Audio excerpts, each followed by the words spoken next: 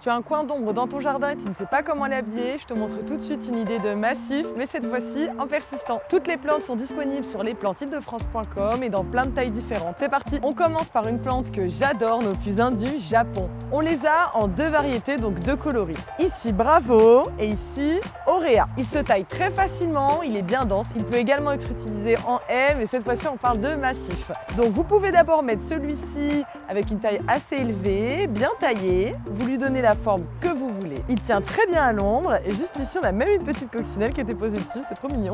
Il résiste aussi très bien au gel, plutôt bien à la sécheresse, mais pensez à l'arroser régulièrement, surtout dans les 2 premières années de son installation. L'avantage aussi, c'est qu'étant donné qu'on parle d'un massif installé à l'ombre, le fusain du Japon est très lumineux, donc il viendra égayer ce coin de votre jardin. Je vous propose ensuite nos lauriers teints. Ils sont très touffus, ils vont pousser un peu plus haut que les fusains du Japon, environ jusqu'à 3 mètres. Très compacts, très touffus, pareil, ils se taillent super bien, mais leur plus bel avantage, c'est leur floraison. Généreuse, blanche et ultra mellifère, elle attirera plein de petites abeilles, de papillons et une odeur délicate et agréable qui parfumera tout votre jardin. Ça résiste bien au froid, il faut bien l'arroser, mais ça pousse super bien. Vous pouvez compléter le massif avec un Mahonia. Alors cette plante, elle a un port super intéressant, exotique, il résiste bien à la sécheresse, mais surtout au froid, malgré son allure exotique. Ses feuilles sont super originales, elle passe également au rouge au cours de l'année et il fait des fleurs magnifiques, donc des grandes hampes florales très jaunes, et il est mellifère. Son tronc également est super intéressant,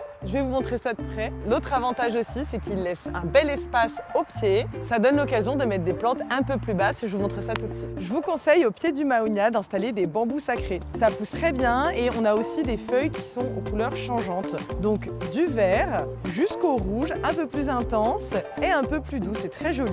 Ça résiste très bien au gel, bien à la sécheresse, ça se taille facilement et ça a une belle croissance. Si vous voulez pas qu'il prenne trop de hauteur, n'hésitez pas à le tailler. Si vous voulez qu'il prenne plus de hauteur, vous le laissez pousser et fera des petites graines. Notre classique et indémodable Photinia. Pourquoi je vous la propose? Déjà parce qu'elle résiste très bien encore une fois à la sécheresse, au gel, mais aussi parce qu'en massif, elle a un intérêt très particulier, c'est qu'elle prend une couleur très rouge au printemps et elle fait également beaucoup de fleurs, donc c'est très intéressant, c'est une plante qui évolue bien. Elle est encore une fois persistante et elle se taille aussi très bien. Donc dans un massif, si vous aimez bien les choses un peu soignées, vous pouvez toujours la tailler en boule, mais on en a aussi en tige, en demi-tige, donc on a pas mal de choix.